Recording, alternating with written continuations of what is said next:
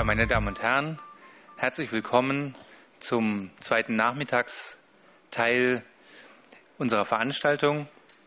Mein Name ist Waßmuth von der Organisation Gemeingut in BürgerInnenhand, GIB, und ich werde durch das Panel Risiken und Haftung führen und begrüße nun meine Gäste in Reihenfolge von links nach rechts. Ich füge noch vorweg, die Besonderheit an diesem Panel ist, dass ich der Einzige bin, der hier Deutsch spricht. Aber mein Englisch ist so schlecht, dass Sie bessere Ergebnisse haben, wenn Sie das durch die Übersetzer bekommen. Und wir wollen das beste Ergebnis für Sie.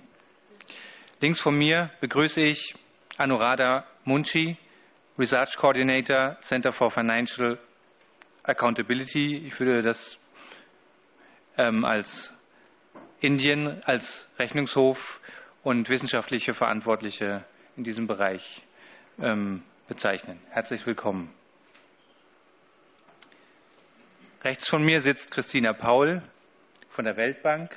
Auch herzlich willkommen.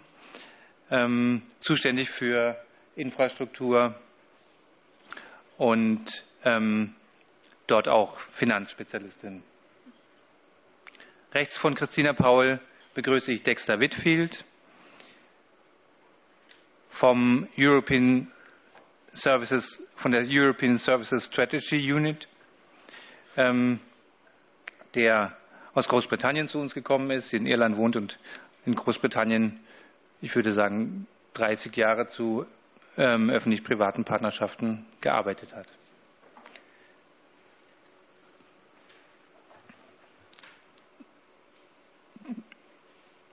Was sind Großrisiken?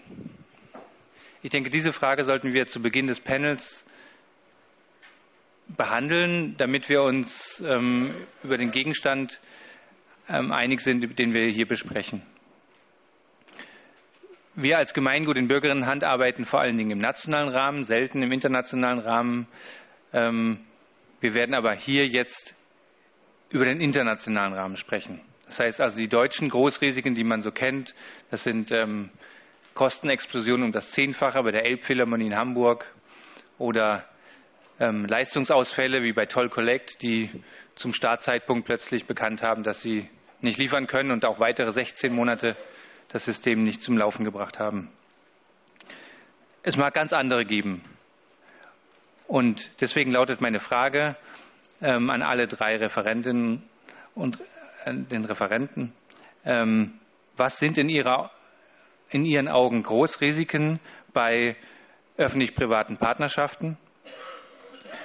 Und wenn Sie können und wollen, schildern Sie welche, die Sie kennen. Und vielleicht können Sie auch anfügen, sind diese Großrisiken typisch für ÖPP? Und gibt es typische Risikoverteilungen zwischen öffentlicher Hand und den privaten Investoren? Anuradha. In die Reihenfolge erstmal von links nach rechts und dann sehen wir weiter.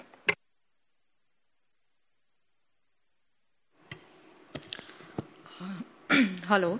I would specifically like to talk about Tata Mundra power project.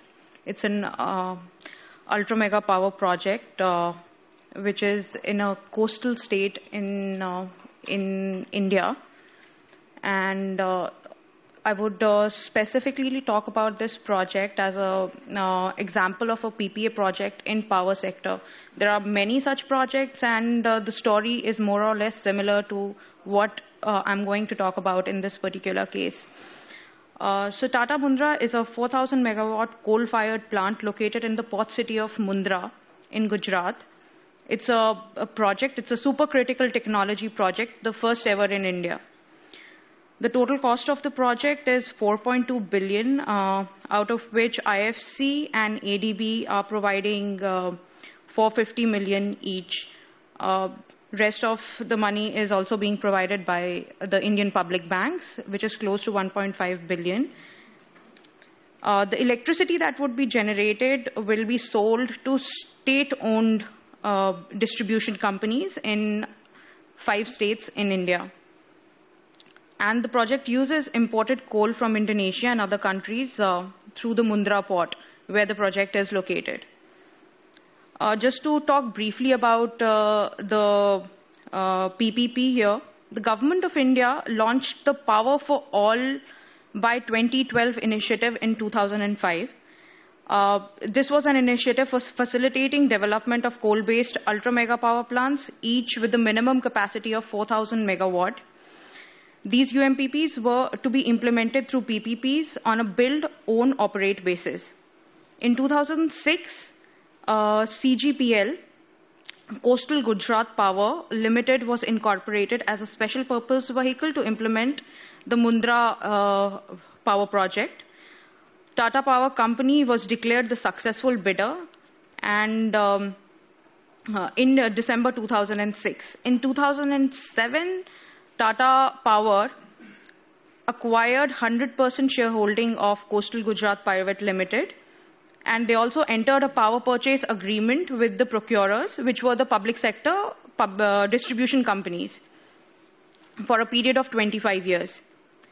The plant was fully operational by 2013. Ever since the outset of this project, it has been marred with serious social and environmental violations. Just to put a few in front of you: flawed social impact assessment, which claimed that the project area had no habitation, no settlement, and as a result, it did not recognize the affected fishing communities as project-affected people. There were no meaningful consultations that were conducted. The marine impact assessment was also flawed. It did not look into the potential harm to marine life impacting the fish catch in the area. As a result, what has happened? There has been a deterioration in the water quality and fish population. Access to fishing and drying sites has been blocked by the company. Forced displacement of fishermen who have not even been recognized in the first place. Community health impacts are evident due to air emissions, and the destruction of natural habitats, particularly mangroves, has been devastating. The project has left thousands of fish workers on the verge of poverty, and it has completely destroyed their livelihoods. This has impacted the life of women in the worst way who were involved, who were basically economically independent when they were engaged in the fishing work. They worked in drying, sorting out the fish, and selling these products in the market. Particularly girl child, they have been pulled out of the school to perform physical and domestic labor activities for survival. These environmental and social impacts were recognized by the audit reports of independent accountability mechanisms of ADB and IFC. To our surprise, not to our surprise actually, I mean, these reports of the independent accountability mechanisms were actually rebutted by both ADB and IFC. And the reports actually go on to note that there has been a failure to conduct adequate and comprehensive consultations with fishing communities during the project design phase.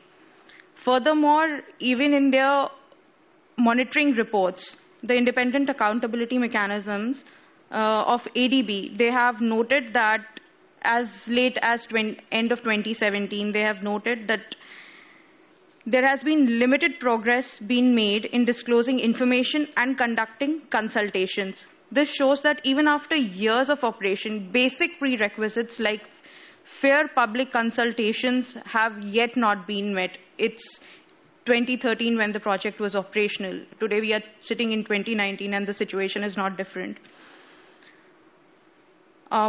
Just coming to the financial unviability of the project, which has also curtailed companies' the most meager efforts to rehabilitate or remediate on social and environmental harms of the project. Just to give a background of it, in 2006, Tata Power won the bid for the project, quoting a price of 2.6 per unit of electricity generated, but its financial viability was being questioned at the very outset due to the unstable prices of international coal, Indonesian coal. The project was set to run on coal from Indonesia, but in 2010, the Indonesian government decreed that the coal exports could be done only at prices linked to international rates. In spite of this was in 2010, initial construction phase. In spite of that, the company went ahead with confidence, rather brazenness, that they will have the power to renegotiate the power purchase agreements with the state companies, distribution companies, and went ahead and started operating the power plant. After this, there was a huge tussle because the prices did not come down. International prices of coal did not come down, and power purchase company, the Discom distribution companies, public sector, they were not ready to negotiate the prices of power purchase agreements. There was a huge tussle between them, and it went through a number of arbitration methods. And finally, the Supreme Court of India rejected the compensatory tariff. Tata Power now had losses staring at its face. Tata Power was looking at loss of close to 6.98 billion over a 25-year power purchase agreement period of the project as of now. But this decision came somewhere around early 2017. Now we are again entering into a phase where India was heading towards its elections, national elections.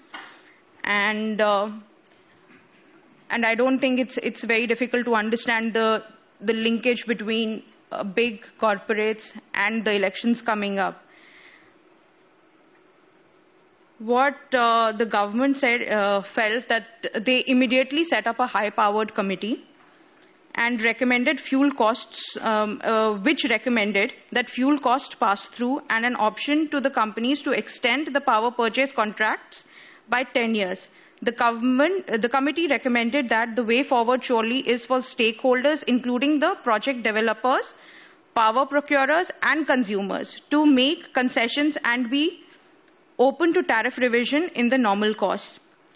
This would again mean high purchase costs for public sector companies and higher tariffs for consumers. In the middle of this, there was also a talk of Tata Power. In fact, Tata Power had proposed that the state electricity boards, which are public sector, take over and buy 51% of equity of CGPL, the Coastal Gujarat Private Limited, Tata Mundra project, for 1 rupee, and grant relief to the project by purchasing power at a rate to address the under-recovery of fuel costs. If this would have come through, this would have been a total win-win situation for the company. With all liabilities being passed to the government, which will use public finances to run this project, the power generators that are suffering from huge financial losses have shown their inability to honor power purchase agreement obligations with full capacity. All 5 states that are the procurers of electricity are facing shortages of power available at levelized tariffs and are required to purchase the power at a higher cost. As a result, consumers in these states have to pay much higher rates of electricity, and this is by the government orders. Just some lessons from this. I'll quickly keep those. The financial viability of the project needs to be factored in before it is sanctioned. This should include not only building operational costs of the project, but also displacement, loss of livelihood, environmental damage. Government subsidies are also not factored in. In this particular case, none of these things were addressed.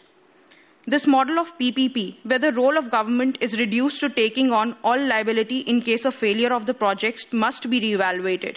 In this case, the private sector company is ready to sell the loss-making project to the government to bail the company out. If not that, PPAs are reworked and the burden of increased cost is shifted to the procurers and the consumers. Thank you.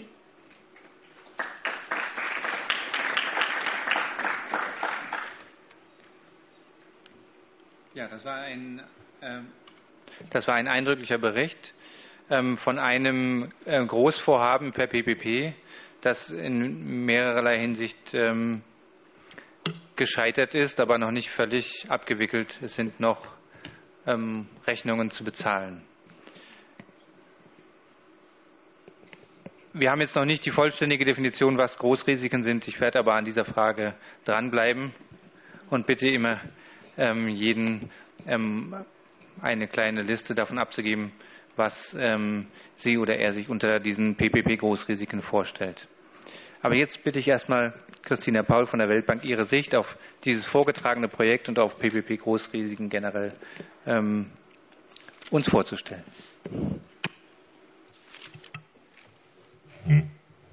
Thank you very much. Can everybody hear me all right? First of all, thank you very much to the organizers for inviting the World Bank to be part of this panel. On a personal note, I'm delighted to be here because it feels a bit like homecoming, though not from Berlin. I'm originally from Frankfurt. And so excuse me for sticking to English nonetheless. It's just that having spoken English for I guess most of my professional life now, it just makes it easier to not grapple for German terminology. So beg your forgiveness for that one. What I want to do is two things. Give you a brief background, because not everybody might be familiar with this, as to where the bank exactly works on infrastructure and PPPs, and how that fits with the general approach that the World Bank and other multilateral development banks and development partners have coined, and then address the question that Karl has raised. What, from our perspective, would we consider major risks or constraints, bottlenecks, pitfalls that come along with PPP? So on the first, as Karl mentioned, I'm part of a group within the World Bank that is dealing with infrastructure, public-private partnerships in particular, and guarantees, which is a specific World Bank financial instrument that is particularly fit or apt to be utilized in projects that have private sector participation. And it was formed around about 3 years ago, which was about the time when the bank, in its first iteration, together with other multilateral development partners, came up with defining an approach as to how help governments, which at the end of the day are our client, help maximizing their development resources. And this is a binding constraint, which we haven't really talked about much. There is a leaping gap between the demands, particularly in the developing world, when it comes to infrastructure, assets, and services, and what public resources alone can actually help towards that. So there is, depending on which resource you consult, there is a leaping gap of a couple of billion, trillion dollars there. So that is really the dilemma that many of our client countries face.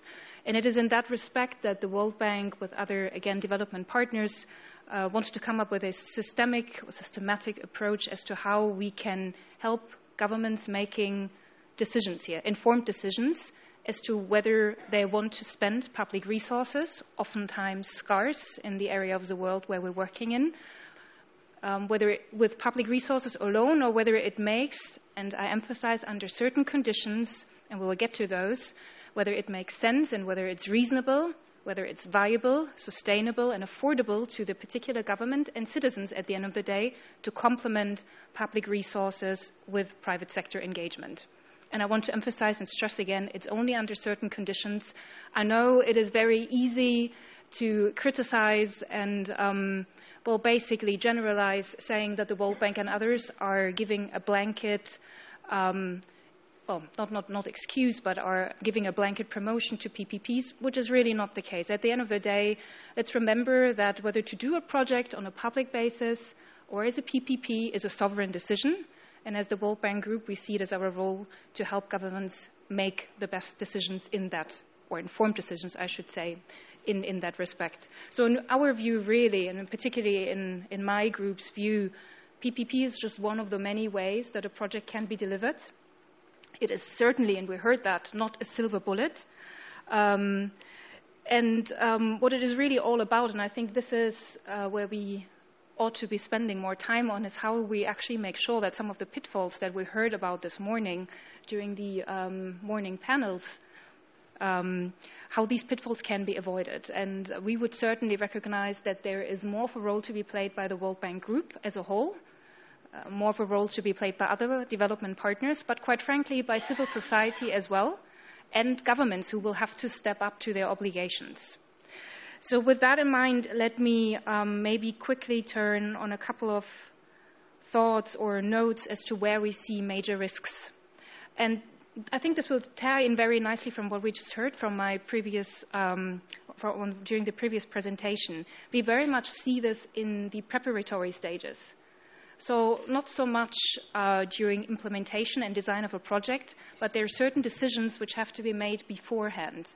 And they very much are around policies, regulations, putting in place an adequate framework. And so that really brings me to, I think, the 3 points that I would say or would flag as major risks that we see. Lack of enabling frameworks, and I'll detail all the 3 points that I'm going to make in a bit more in just a sec. Institutions and capacity of these institutions to deal with what they're tasked with. Now let me take all of these 3 points in turn. First, lacking enabling environments or frameworks. That really goes to the heart of the matter. If there is no legal regulatory framework that empowers and basically puts in place structured processes as to how to go about a project that you might want to prepare with, in conjunction with the private sector, it's not going to be easy for any implementing agency, for any contracting authority to go about that.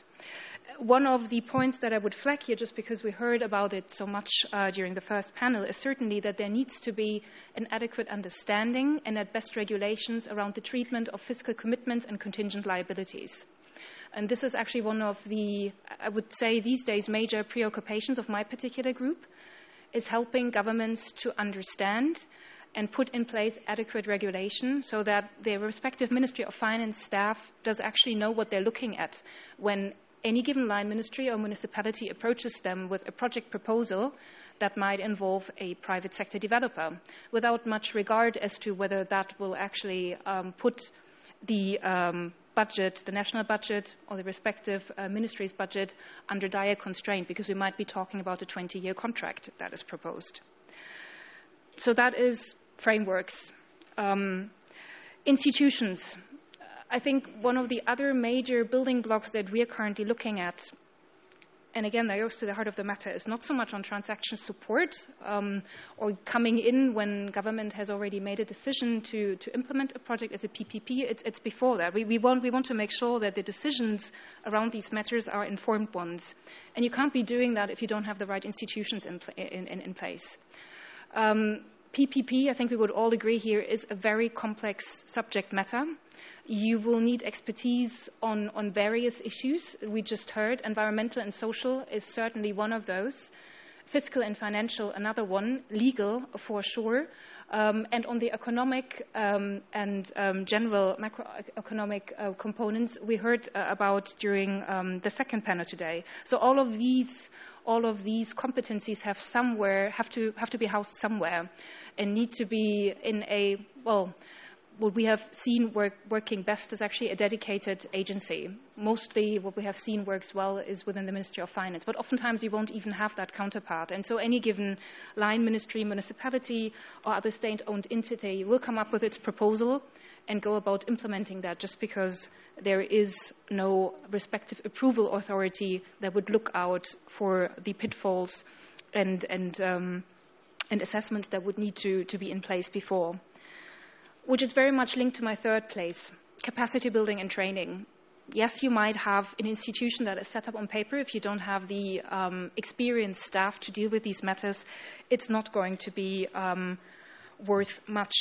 And that very much relates to, yet again, to link back to one of the points that my colleague, the previous speaker made.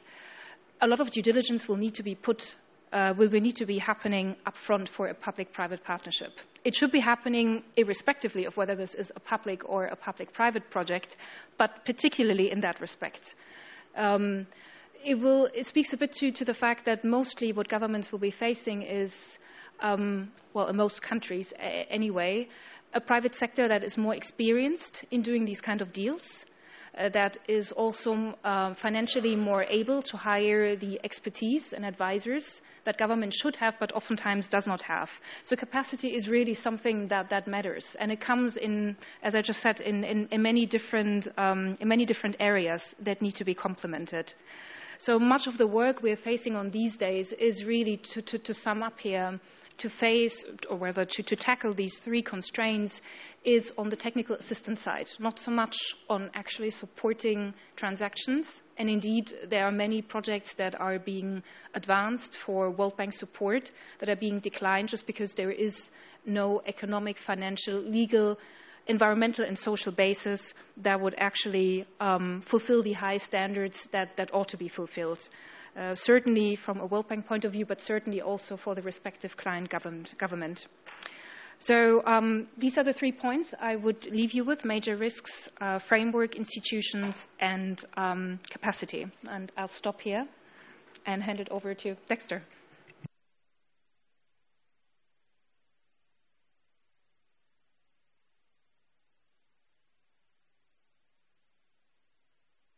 Sorry, thank you.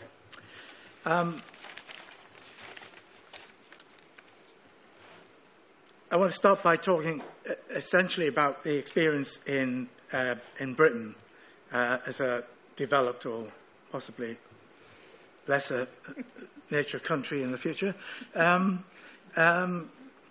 because Britain has had a PPP program which is the largest in the world. On average, over the last decade, there's been an average of 730 PPP projects in the UK, and the total debt is over £300 billion, 310 billion pounds to be absolutely precise. But we also have a track record in these projects. I can say from research that I've done that 1.6% of all those projects have been bought out. The contract has been bought out primarily because of contract failure. Secondly, 3.7% of contracts have been terminated by the government or the public authority that set those contracts up in the first place. And some of that was also, one or two of those, with the private sector wanting to get the hell out of it anyway, but primarily it was the public sector terminating those contracts.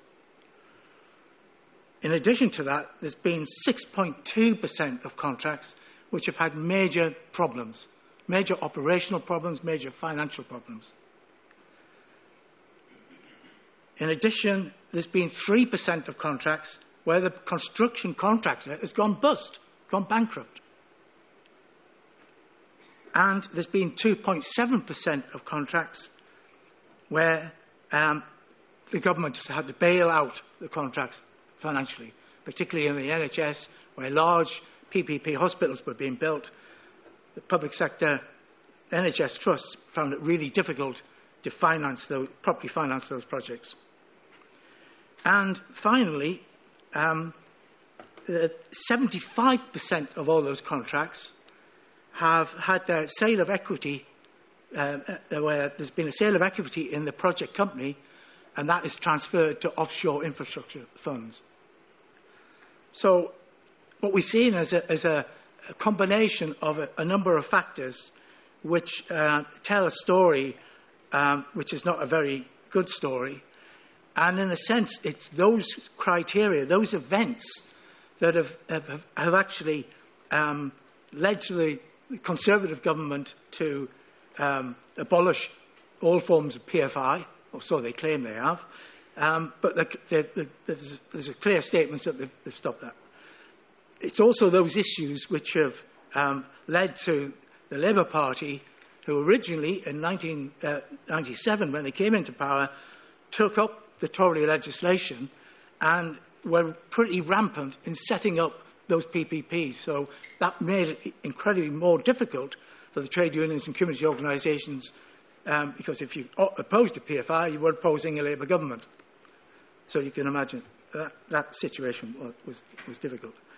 But also, Labour has gone full circle because myself and a colleague have written a paper for the Labour Party which explains how all the PFI projects should be nationalised and how that could be financed, etc.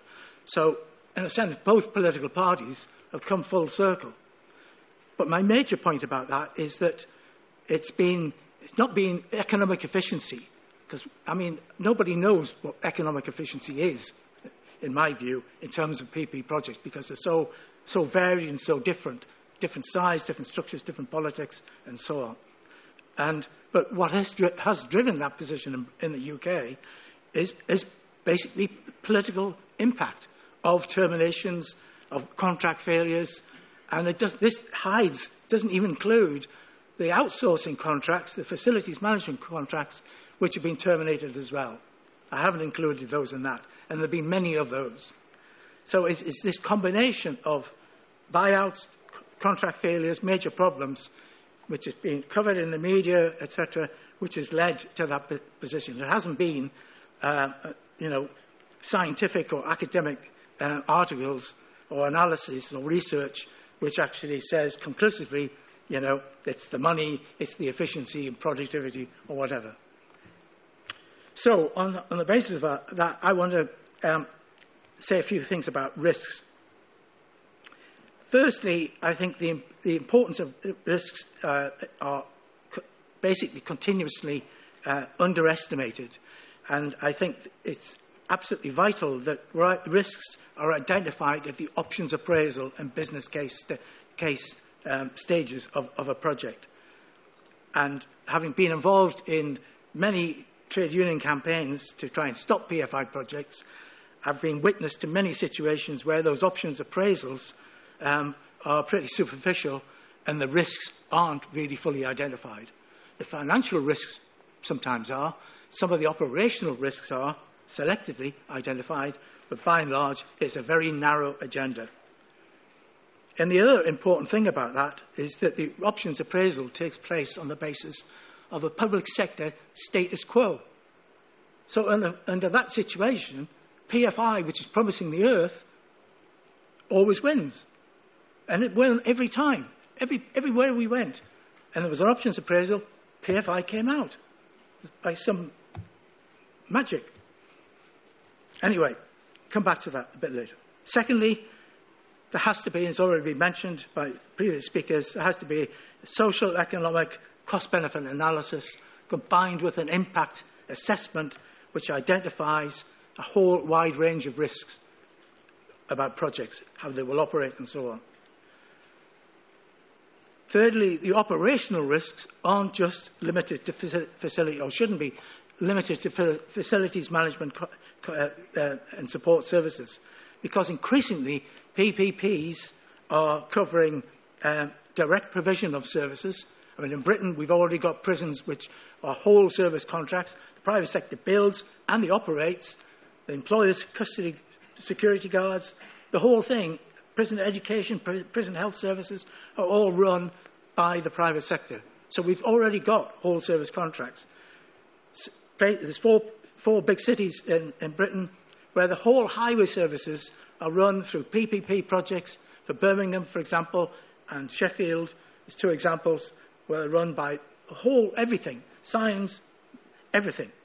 So there's a whole service approach developing. So it's not just about managing the building and providing a few other services.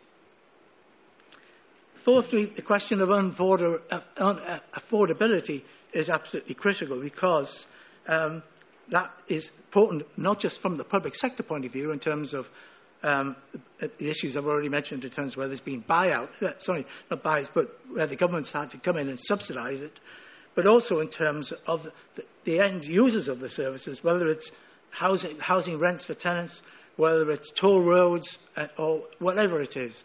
Those issues have got to be taken into account. They are risks that have to be actually considered. And finally, in terms of the type of risks, there are corporate welfare concession risks, because, as has been mentioned earlier as well, many, if not most, PFI contracts or PPP contracts have got different kinds of concessions. They've got tax breaks for the private sector, exchange rates, interest rates, and other kinds of guaranteed payments, which are there, and which because they exist, there's always a danger, particularly in terms of the global south, where the private sector will come back and say, actually, we want to renegotiate those kind of risks. In other words, make it more beneficial. So what I've done just over the last week or so is I've looked at the documentation by the World Bank, the IMF, OECD, and the Global Infrastructure Fund. I've looked at their frameworks for risk evaluation. And in my view, there's a fundamental problem, because there is no reference to what I call the big E's. The first of the big E is equalities. Most of the frameworks never even mention it. It doesn't exist. Well, PPPs have got massive implications in terms of equalities. They don't mention employment, and only a handful mention environmental issues. So I think there is a major flaw here. What we have is, in a sense, a box of PPP risks which are really related to financial issues, or they're related to property and facilities management, real estate issues. And it seems to me that we have to have a complete rethink about what the risks really are. Interestingly, one of the rating agencies produced a list of risks, which in terms of the framework of environmental, social and governance framework, and they produced risks that we all identify, which are important: diversity, inequality, human rights, labour standards, climate change, greenhouse gas emissions, and in terms of governance, ownership structure, board size, composition, independence, transparency, and so on. And I think there is a change of going on where, in terms of that framework of ESG, is increasingly becoming on the agenda, and that provides a framework for actually looking at, in a sense, and reviewing totally the kinds of frameworks that we've got. Obviously, the issues about liability and allocation of risk are very important, as are likelihood of risk taking place, risk mitigation, and valuation and pricing. But all of those rely on, they're all to do with part of the process, but they rely on the identification of risks at the very early stage. And I think three final points I want to make is that all contracts are incomplete. And if even very small contracts, one or two very small, tiny contracts may be complete. But a PPP contract is never complete. They're all incomplete. And we have to start from that position. Secondly, we have to get rid of what I call the neoliberal baggage that focuses only on outcomes. And everybody talks about outcomes everywhere. And everybody seems to have forgotten inputs, processes, and outputs, and outcomes as well. The four things are absolutely crucial. It seems to me they're absolutely ideologically crucial to understand the nature of risks from the very beginning of PPP projects.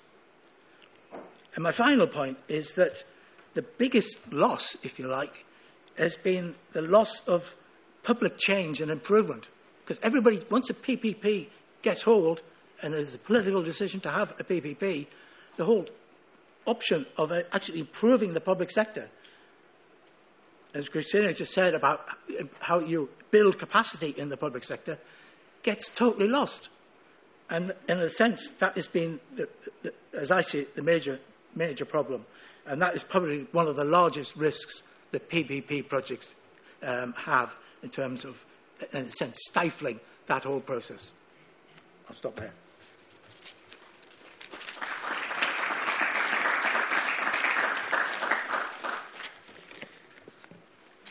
Ja, vielen Dank. Das waren drei lange Eingangsstatements, die aus ganz verschiedener Sichtweise dargestellt haben, was wie man sich dem Thema Großrisiken nähern kann. Ich hake jetzt ein bisschen nach, um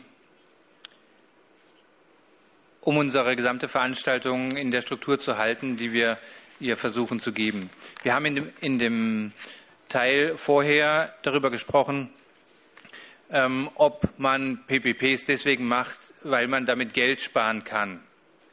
Da wurden große Fragezeichen gesetzt, sage ich jetzt mal vorsichtig, sowohl hinsichtlich der empirischen Erfahrungen, auch die theoretische Frage, ist das günstiger, wurde eigentlich nur negativ beantwortet oder neutral. Und jetzt sind wir hier in einer Situation, wo wir uns nicht mehr mit der Wirtschaftlichkeit an sich befassen. Also das wollen wir nicht, sondern wir sagen, wir fragen danach, was passiert außerdem. Wir haben also Projekte, die zwischen der öffentlichen Hand im Bereich der Daseinsvorsorger, der öffentlichen Versorger und Privaten gemacht werden. Und es entstehen dabei gigantische zusätzliche Risiken, Dinge, die in keiner Wirtschaftlichkeitsuntersuchung überhaupt drin sein konnten, so sage ich mal, oder zumindest generell strukturell vernachlässigt werden.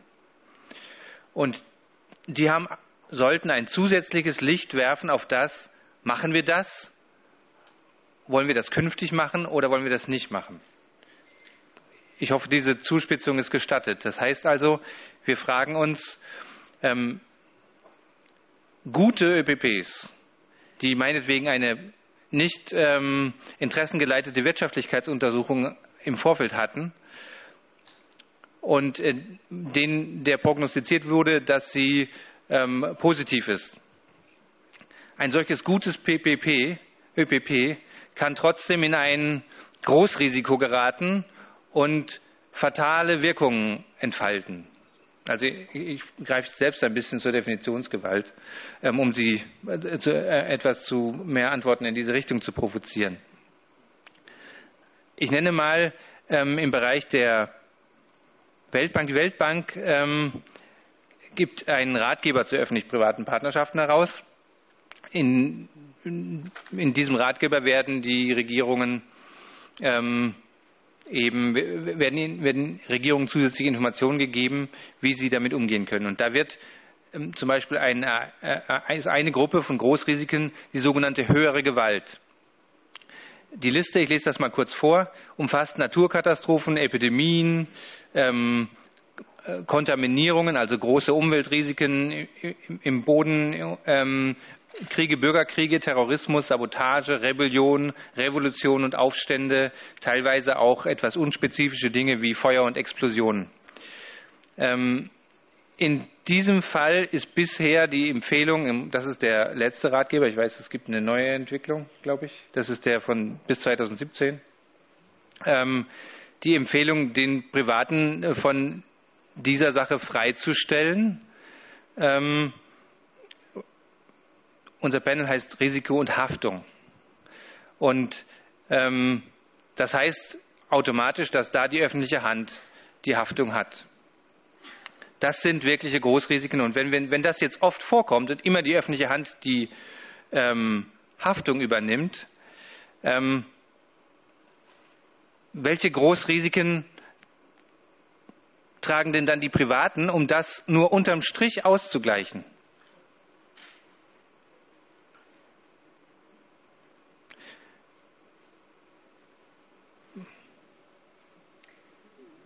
Christina, Paul. Well, I will try to answer. I'm not quite sure what you're trying to get at, but I'm going to pick up on your point and as well a couple of points that Dexter made that I very much agree with. So what you just cited, just for everyone's benefit, is a compendium called the Guidance on PPP Contractual Provisions.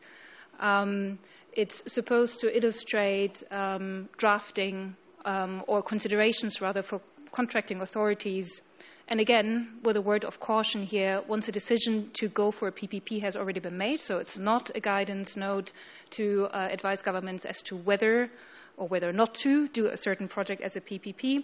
It's trying to illustrate some of the considerations that contracting authorities will face when trying to negotiate respective PPP contracts. So just for everybody's caveat, we're now bringing it down to a project level, and that's why I'm not quite sure where you want to get at, because as said, from the World Bank side, we see major risks actually at the preparatory stages, not so much avoiding some of the pitfalls before actually getting to implementation stage. I'm very happy to opine on force majeure risks, because that goes in very nicely with a couple of the points that Dexter made. I think we very much agree that risk allocation is one of the things that is probably the linchpin, and is often done wrong, quite frankly, or as I just mentioned, by institutions that do not have the right capacity to actually look into those.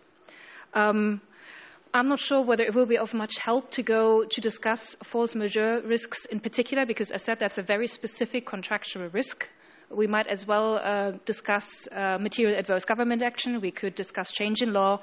We could discuss termination payments. At the end of the day, these are all very project specific. And so what the guidance note tries to do is to set out the various considerations that the contracting authority will have to take in mind once it decides where it wants to see the risks allocated. And that is, as we all very much know, in a negotiation between two sides.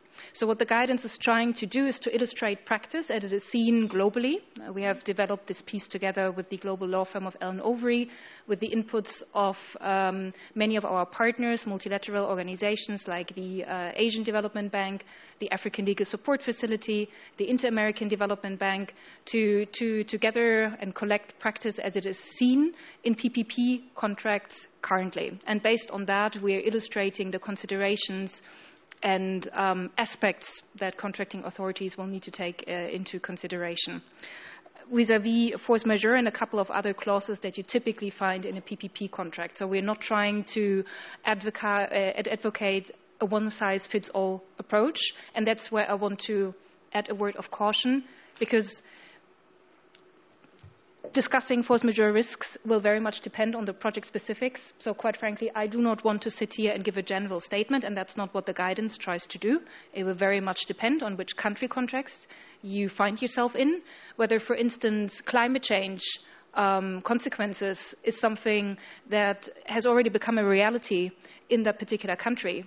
And if so, then you will have, for instance, certain natural events that clearly won't be constituting a force majeure anymore because they have already become so commonplace. So all of these considerations are put forward and are illustrated for contracting authorities to get a better understanding as to what the background for such clauses is. So that to force majeure in particular, but as said, and I think I would return to that, we see major bottlenecks in the preparation, even before designing a PPP, picking up on Dexter's point, when options are compared, whether a public project, or rather whether a PPP is really the option that provides better value for money and is affordable to government and end users at the end of the day, is feasible and suitable as a PPP. Because if these questions are answered in the negative, then indeed government should rely on its public resources rather than promote a PPP for whatever political reasons there might be. That being said, obviously, and for the constraints I mentioned up front, many of our client countries will go for those irrespectively. And then the question becomes, do you walk away completely, or do you at least try to provide some advice on how to do it better? And this is often the situation where particularly the World Bank and I think many other multilateral organizations find themselves in.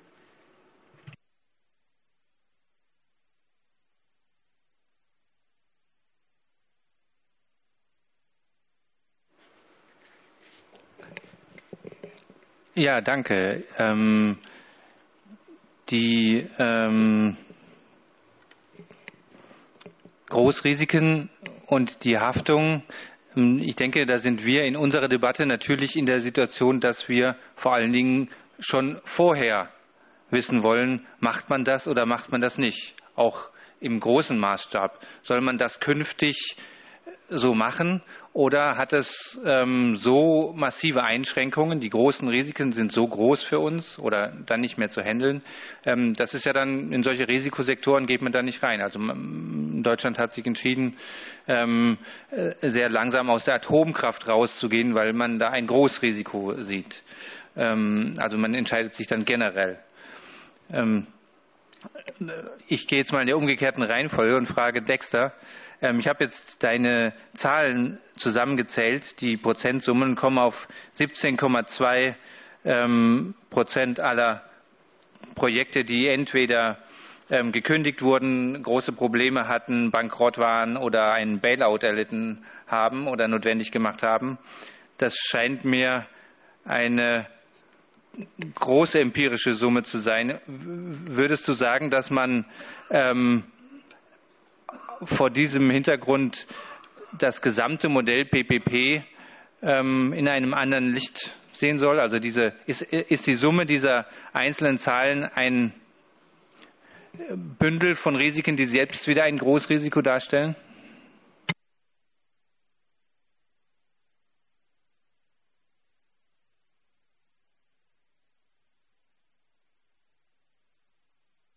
Yes, just to make sure. No, the evidence is there.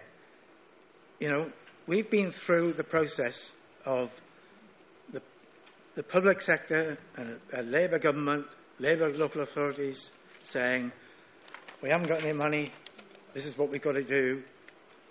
Labour came into power in 1997, accepting the Conservative budget for the first 2 years, which was virtually didn't have any capital expenditure in it, which started, in a sense, the rot and the whole focus on PPPs. And an expression was coined that it's the only show in town. And everybody said that. As soon as you mentioned PPPs, everybody said, well, it's the only show in town, isn't it? You know, there isn't anything else. You've got to have it. Well, I think we've, as I said, we've gone full circle. I think that the private sector, it wasn't just the government at fault, well, different governments at fault in the process, but the private sector has played a major role, particularly management consultants. Everywhere we went, we were faced with one of the big four saying, PPPs, fantastic, fantastic. And they were advising either the contractor or they were advising the public authority or the government. Everywhere we went, that was the case. And it was the private construction companies. I mean, the origins of PPPs began in the late 1980s when the private sector was disturbed, because Britain in the 1980s was turbulent times, seesaw economy, and basically the private sector said, we want a steady flow of projects. We want, bankable projects, and we want a steady flow of bankable projects. That was the line they took. And in a sense, the Conservative government came up with PPPs because that's what gave them. They gave them that. And so that the construction companies weren't then subject to the roller coaster of public sector capital budgets which went up and down and whatever. And so projects started, were stalled, and so on and so on. What they wanted was, a flow. And that's, in a sense, was one of the key reasons why it came about. But, despite that, despite all the claims that have been made, I mean, the National Audit Office has done various studies, but, I mean, it's proved pretty conclusively that PPP projects the cost of capital alone is at least 3% more expensive if it's carried out by the private sector. So a starting point is that every PPP project, whereas because the money is being raised from the banks primarily, or some infrastructure funds, but certainly in the early days it was primarily all the banks. So you're starting off with a position of the building or the facilities or whatever being at least 3% more expensive. And then there was the argument about, well, well, it's even better. We'll claw that 3% back because we're contractors. We're good, good contractors, and we'll be able to provide the services better and more clearly. But a lot of the outsourcing companies were subsidiaries of the major contractors. So they were having their cake and eat it on the contract, but they were also having their cake and eat it because they were doing the facilities management. And in fact, a lot of the problems came out in those facilities management contracts, where they were also set up on the basis that those contracts became a cash cow because everything that had to be changed, if you were in a school and you wanted a whiteboard put up to use in the classroom, if you wanted desks moved from one room to another room, everything had a price. I mean, Sheffield City Council, there was a public building, public offices in Sheffield, and if you wanted to move a desk from one room to another, it was £250. So schools became, so there was this whole process of there were, as I say, there were cash cows as well. And that also, it caused a great deal. There was massive propaganda, news items, particularly in the early days, where there was cost of putting in a new plug in a room was, again, there were some cases were £350 and more. So it was, PFI became, it had, PPPs, to use a generic term, they became into disrepute. And as time has gone on, and there's been more and more contract failures. Sorry, all right.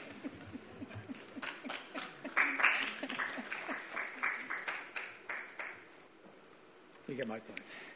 Ja, entschuldige, dass ich jetzt hier unterbrochen habe. Ich habe jetzt ich versuche ein bisschen die Redezeitgerechtigkeit zu wahren und habe auch noch im Blick, dass ich gerne Publikumsfragen zulassen möchte. Wir haben mit 15 Minuten Verspätung begonnen. Ich denke, wenn ich mit 10 Minuten Verspätung ende, dann habe ich 5 Minuten rausgeholt und wir schaffen trotzdem das restliche Programm in Richtung der Stiftung. Ich kriege keine rote Karte, also mache ich das so. Wir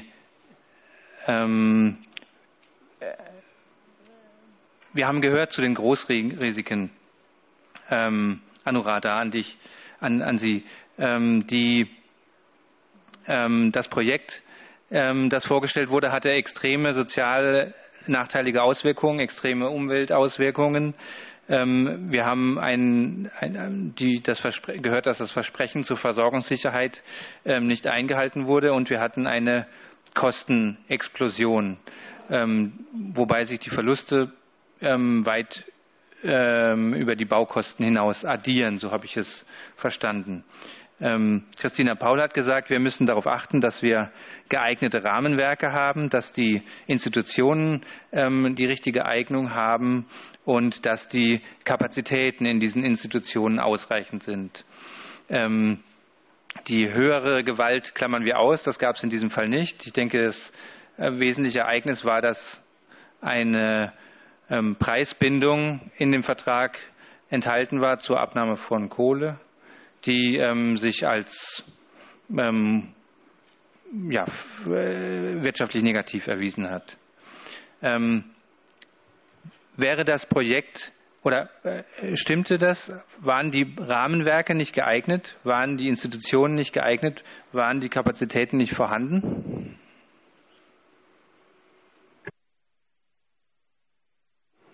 I think there are multiple issues over here we are talking about. I think fundamental issue over here is that one needs to realize the context and the countries you are operating in, particularly for India and for developing countries, if I may just take a chance and speak about at least South Asia. The negotiation power is highly tilted towards the private companies in developing world. In spite of the fact that that there are agreements, it is very easy to arm twist governments into taking decisions that are tilted in favor of the private companies.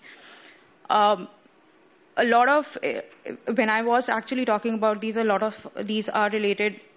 Every time there is some election coming up, this is when they get the most favored decisions in favor of themselves. And that is particularly what happened in this particular case also. And this is not the story for only this PPP. There is another PPP which was commissioned at the same time when this project, when the Tata Mundra project happened. The other one is called, it's a Sasan Ultra Mega Power Project, which is being handled by another major private player in India, which is the Reliance Group. The story is exactly the same in that case, and it has been funded by Chinese banks, Indian banks, and US Exim Bank. I think, I don't know if I'm answering your point correctly, but I think even in the frameworks are not in place, they are not correct in place, and it is also about the power these private companies have in terms of arm twisting the governments. And that social situation is very, very important to recognize. If that answers your question.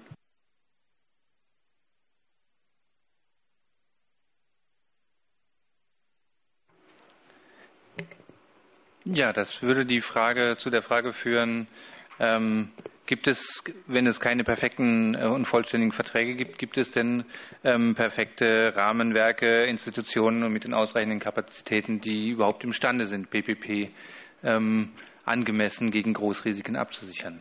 Das lasse ich jetzt mal offen. Ich eröffne da jetzt aber einfach mal die Fragerunde, die Zuschauerfragerunde. Ich würde erstmal immer 3 Fragen annehmen, und wenn Sie die Frage an eine Einzelperson direkt richten, ist das hilfreich. Ich gucke mal so ein bisschen.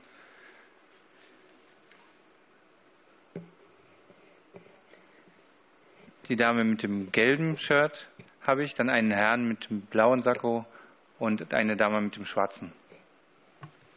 Hello, my name is Christina Lanz. I'm from Allianz Süd, Switzerland. My question goes to Christina Pohl.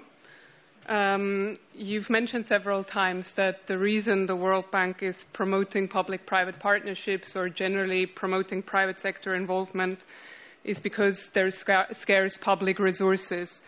So despite the fact that there are many problems and pitfalls associated with PPPs, and as we've heard, the risks are very high and often the costs are also very high, you choose to kind of try to create an enabling environment, to create institutions that would be able to support these PPPs. However, I don't really understand that dichotomies like, okay, there are scarce public resources, so we have to mobilize private sector resources. Of course, that's very interesting for the private sector.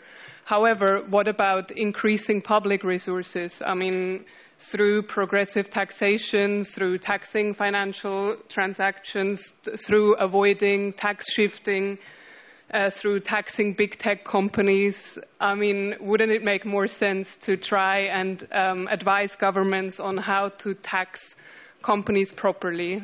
And also, I mean, that's also like a global issue. It's not just for developing countries. I mean, I'm talking from a Swiss perspective that is particularly benefiting from hosting lots of multinational companies who shift the profit from developing countries to my country, from hosting big banks who obviously would oppose such a strategy. But yeah, that is the question.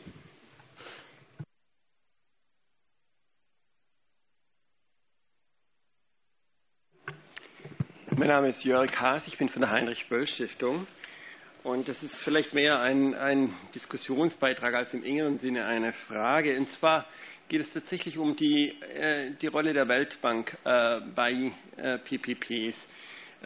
Die Weltbank hat ja Richtlinien oder Empfehlungen für den Abschluss von PPP-Verträgen veröffentlicht, jetzt schon die 3. Version. Und die Heinrich-Böll-Stiftung hat in Zusammenarbeit mit einer internationalen Anwaltskanzlei, Volle Hoag, sowie dem International Institute for Sustainable Development und dem Observatory for Sustainable Infrastructure da sehr, sehr detaillierte Kritiken, sich sozusagen diese Vorgaben der Weltbank und die Entwürfe angeguckt und sehr, sehr detaillierte Kritiken verfasst, schon bei der zweiten Version, jetzt bei der dritten Version.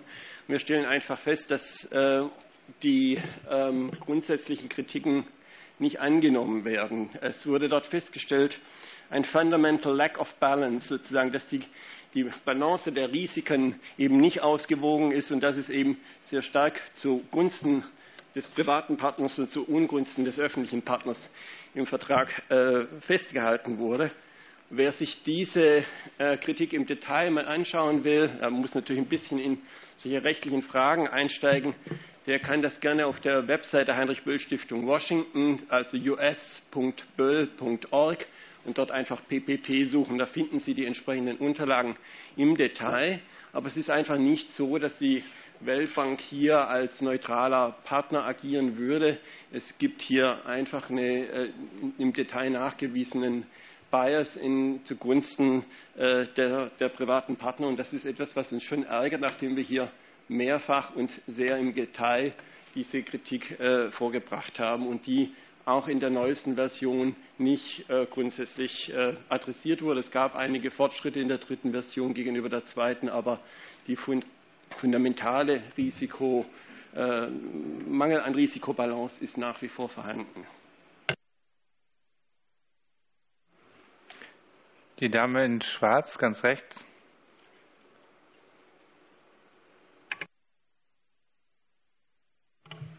Hi, I'm Heike Meinhardt with Urgewald, and my question is also directed to Ms. Powell, and I'm sorry to continue the beating up on the World Bank, but you have played a big role in the PPP formulation. I look across your development policy lending, and I have at least a dozen countries where the World Bank was the lead on advising the government and making it a required. It's a required prior action in more than a dozen countries for their policy lending, which is in the billions, and that billions goes into the government's budget. And then it supports the PPP projects that are being funded. That's part of the government's funding of these projects. Anyways, so my question is twofold. One, in the dozen countries that I've looked at the policies that were supported by the World Bank for PPPs in those countries, none of them required or advised the government that these laws should require that. And this speaks to the corporate welfare issue. They never have to report. The laws themselves give tax breaks to PPP projects. But the cost of that tax break, that's an off-budget item. And we were talking about the risks of everything taken off budget. The cost of tax breaks, of lower interest rates, and guarantees, that's an off-budget element that's the public is never made aware of how much it is costing them. And the World Bank supported the tax break, but they have not supported making it transparent what's going on. The second area is that I've also noticed in at least a handful of countries a second phase of laws that the World Bank is behind and or at least advising the government and helping them to institute it. And it's concerning because it's called unsolicited PPP projects. The first phase were PPP projects where the government had a list of strategic projects that they wanted to see receive bids on for PPPs. In most of the first phase of laws, that's kind of what they were dealing with, things that the government was asking for a partnership from the private sector. But now, in hearing all the risks already and the complications and the capacity building that has to take place, I would think that you would slow down the process. Instead of the World Bank coming in and saying, And now the law will add unsolicited PPPs, meaning the private sector comes to the government and they suggest the project that they want to be a PPP. So to me, that seems even more risky with all these other risks that we've already listed. So I want to understand the why that's being supported. Thank you.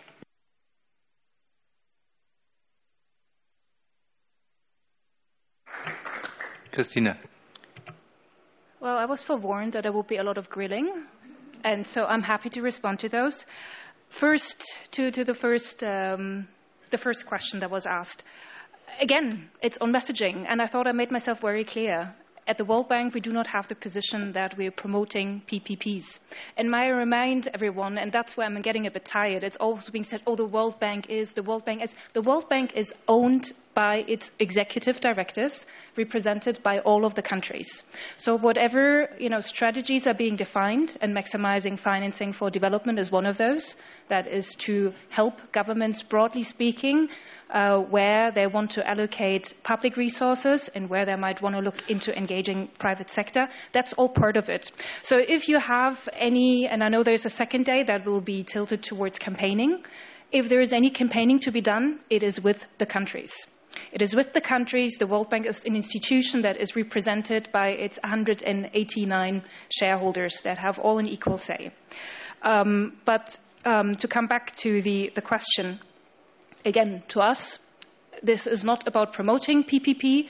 It's about helping governments, once a decision has been made, to get them right and to help with some of the pitfalls that we're seeing done in preparation. Again, these are sovereign decisions. Yes, we can advise, and I can tell you from my personal experience working on projects, the advice that we're giving, the advice that we're trying to relay, particularly when it comes to frameworks, when it comes to even specific project proposals for which a World Bank loan is solicited, the advice is often not taken. But in our frameworks, at least, when it comes to World Bank-supported projects, there must be, and I guess for those of you that have worked on IPFs or DPFs that have just been referenced, there is a high-quality framework for taking into account, per our corporate policies, per the World Bank Group's policies, environmental and social concerns, citizens' engagement, and broadly speaking, obviously, the public interest. The second.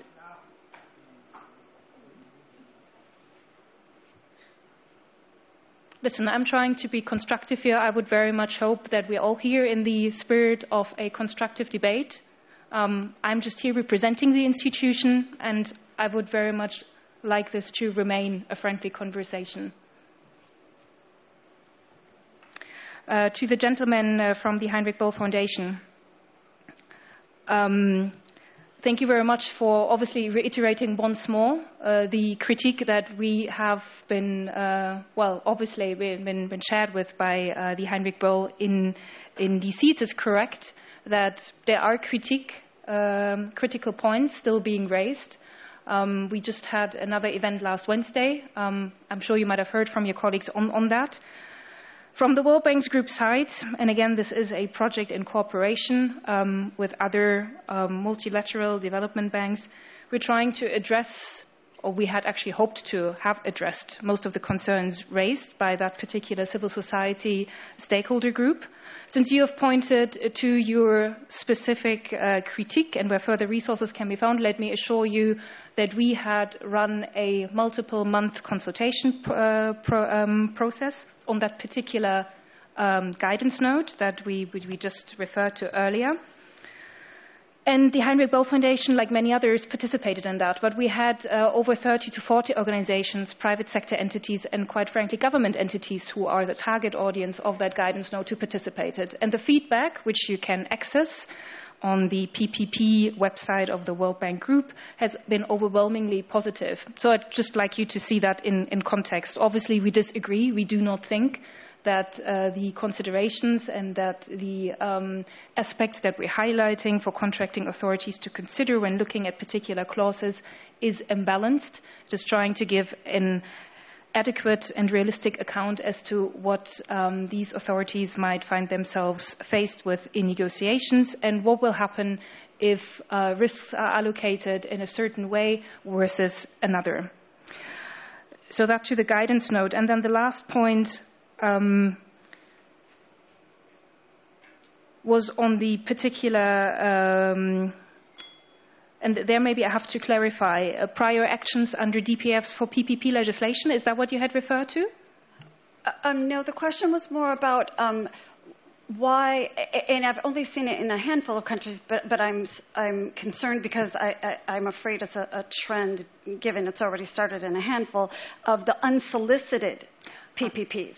So I'm just concerned by what the thinking is behind that, given all the risks with the one, you know.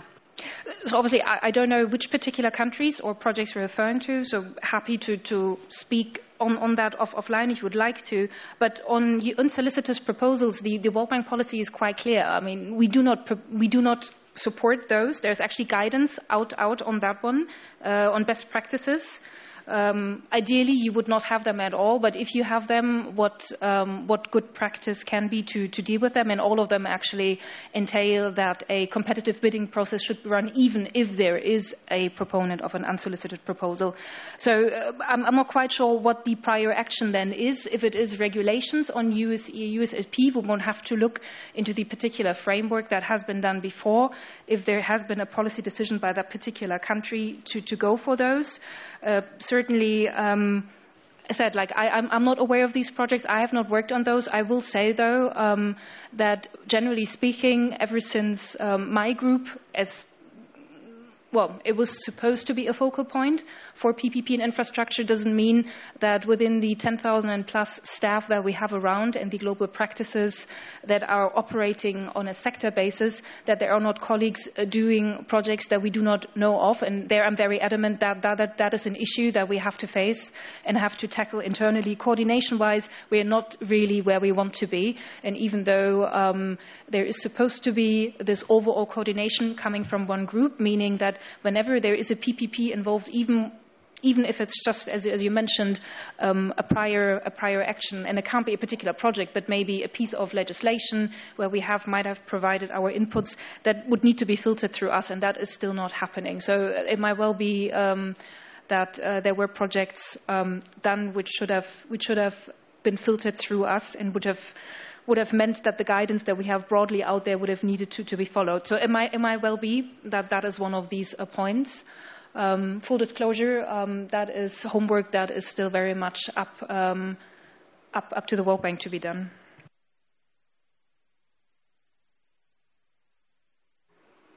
1, 2, 3 Fragen. Ich versuche mal, alle Meldungen jetzt zu sehen. Ich habe jetzt 4 Meldungen. Also alle, die jetzt noch gerne was fragen würden, bitte nochmal melden. Das sind 1, 2, 3, 4, 5, mit Blick auf die Zeit.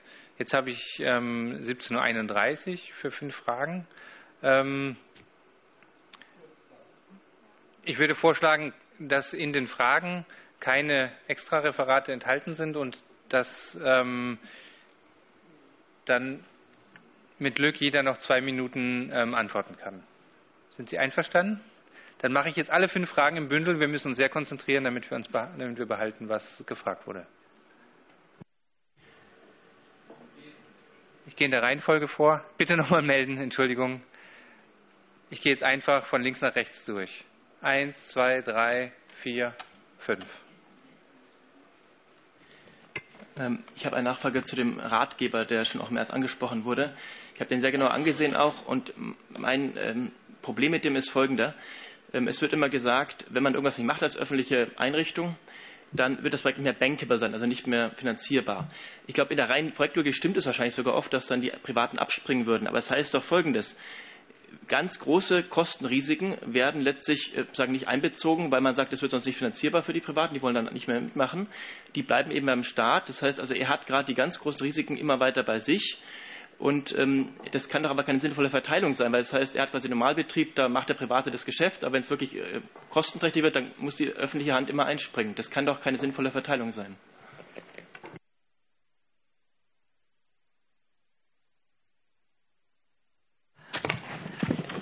Entschuldigung, erst die Dame in Rot hinter Ihnen und dann sind Sie dran. Also es ist ja schwer, nach all dem, was gesagt wird, hier sich kurz zu fassen. Ich habe eigentlich eine Frage nicht nur an das Podium, sondern an uns alle. Die Probleme, die hier alle angesprochen wurden. Und ich möchte mich jetzt nicht auf die Weltbank konzentrieren, da kann man ja viel zu sagen. Aber der Dexter und auch Anuradha haben ja im Konkreten berichtet und sind von dieser Finanzierungsfrage mal abgegangen. Das heißt, hier ist bei der Diskussion für meine Begriffe die Finanzierung zu sehr weiter im Vordergrund gestanden. Wie kommen wir dazu, endlich zu diskutieren, was inhaltlich passiert?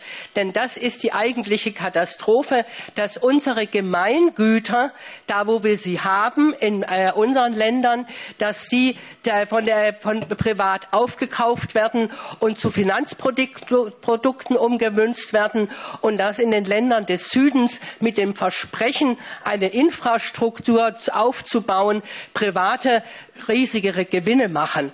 Und das ist eine inhaltliche Frage und vor allem für die Betroffenen.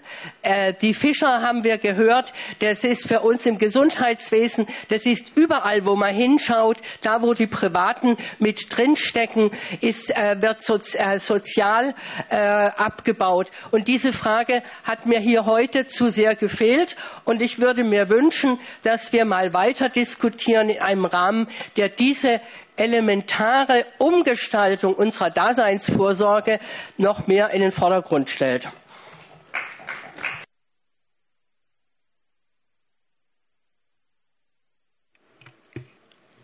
Ich würde gerne, wenn wir noch Zeit haben, an das Panel noch mal folgende Frage stellen.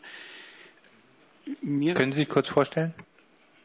An die Beteiligten. Sehen Sie nicht, dass sich jetzt durch die Fixierung auf beiden Seiten auf die SDGs die ganze Problematik noch entscheidend verschärft? Ich würde jetzt mal etwas polemisch umgekehrt sagen, mir scheint ein ganz großes Risiko zu sein, dass wir zu wenig uns überlegen, was in diesem neuen Framework, dass diese Probleme noch verstärkt kommen, nämlich das, was sich schon in der Diskussion abzeichnet, dass Frau Paul die PPPs darstellt, aus ihrer Sicht sicherlich zu Recht, als ein Tool, als ein Rat, den die Weltbank gibt, der aber sozusagen nicht für alles und jedes natürlich da ist. Und zur gleichen Zeit sind durch diese SDGs jetzt Forderungen in einer Schärfe und in einer Komplexität aufgestellt worden, die noch dadurch verschärft werden, dass die SDGs eben die Developing Countries und die Developed Countries sozusagen als eine Einheit betrachten. Das heißt, ich sehe einen ganz großen Konflikt zwischen den Leuten, die sozusagen pragmatisch mit Tools, mit dem Toolbegriff arbeiten und dem Advice und der, sagen wir mal, sehr hoch aufgeladenen Rhetorik der SDGs, in denen eben ehrgeizige Ziele an sehr ehrgeizige Werte auch gebunden werden, sodass ich fürchte, es wird noch eine schärfere Diskrepanz geben zwischen den allgemeinen Glaubenssätzen sozusagen, Richtungssätzen und der praktischen Arbeit. Sagen Sie noch kurz Ihren Namen, wenn Sie möchten. Manfred Speth, das fand ich ins Mikro. Jetzt war ich dran, ne? Alfred Lugenölscher. Diese Problematik ist ja eskaliert, dadurch, dass die EU Griechenland empfohlen hat, zu privatisieren. Und eigentlich Griechenland dadurch in die Lage versetzt oder Unlage versetzt, dass sie möglicherweise diese Schulden, die dadurch zusätzlich angehäuft werden, gar nicht bezahlen können. Dass die EU dann dauernd wieder nachschießt oder eben, ich nehme an, die Weltbank ist in diesem Mechanismus Griechenland auch enthalten gewesen.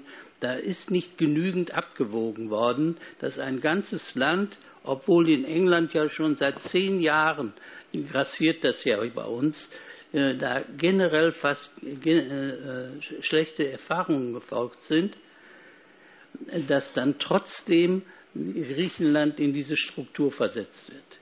Und ich habe noch einen zweiten Fall. Der andere Fall ist ein 3,5 Milliarden. Entschuldige, aber bitte keine Fälle, sondern Fragen. Nein, ist auch die Frage. Warum kommt es dazu, dass die Stadt Berlin Schulen für 3,5 Milliarden in PPP renovieren will, was ja möglicherweise, wenn es in Eigenregie läuft, 1 Milliarde oder sogar noch mehr einspart? Das ist doch nach den Erfahrungen, die wir heute gehört haben und die im Detail ja auch belegbar sind, ist das ja eigentlich ein Unding.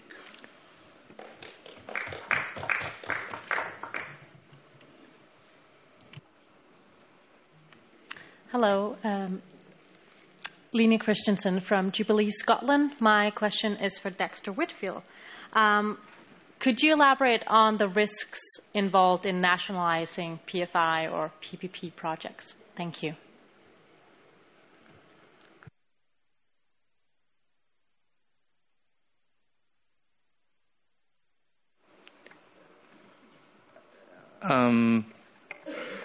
Welche Reihenfolge hatte ich noch nicht? Dexter, möchtest du beginnen? Ja. Es tut mir leid, wir können nicht alles sagen, was gefragt wurde. Insofern 2 Minuten für jeden. Sorry, I didn't hear that. Sorry. 2 minutes. 2 minutes. Nationalising PPP projects. What's the problem? It's how that is done. I think that PPP, I think there's a clear program how that should be done. That it's not as expensive as people think it is, because it will all be done at book value and not market value. And in Britain, we could nationalise all PPPs for between 2.5 and 2.5 billion pounds. And I think that that would have to go hand in hand with a major improvements in the public sector, because it would be completely stupid to think we can just stop PFI and not to actually change the way that those projects have been developed in the first place. So there has to be a programme of radical improvement within public services, in the public sector in general. Is that 2 minutes?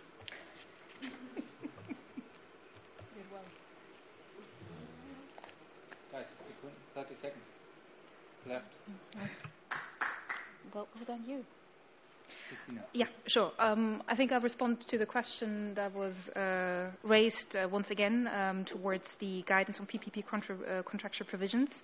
Again, there's always the danger to referring a tool once you haven't maybe read it front to back.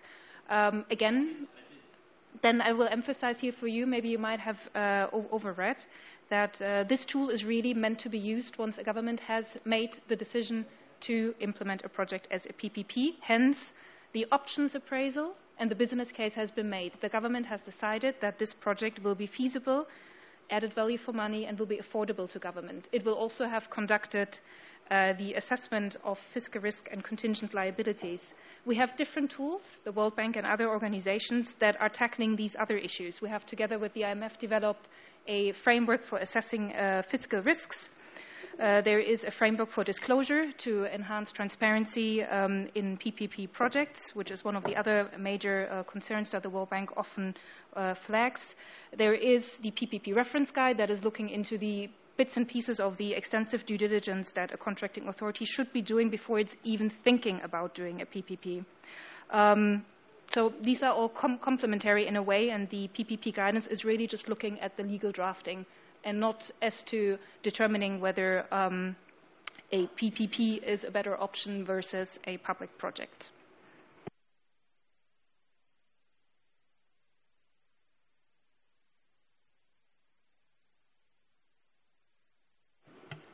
Just a couple of points. I don't know whether it would answer any questions, but I think it's important to, reiterate the fact that I think when we are talking specifically of PPPs, it is very, very important to keep in mind the social contexts we are talking about.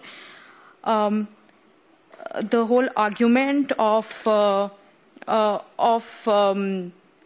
private companies and the power they have over governments need to be validated. Agreements could be perfect, but we know it just takes a little bit of arm twisting by the private parties to bring in a new government order and change the contracts. So it's important to read between the lines. Also, a very dangerous trend could be bringing in PPPs in the basic necessities sector. For example, energy, water, education and health. This could really set very, very dangerous precedents, and some of which we are seeing in energy sector and water sector in India. And I think we have shared the findings on that, and even in the water sector, which is being financed by IFC, the readings have not been very different. The learnings are just the same. So here is a word of precaution for anything that's coming into the basic necessities. Yeah.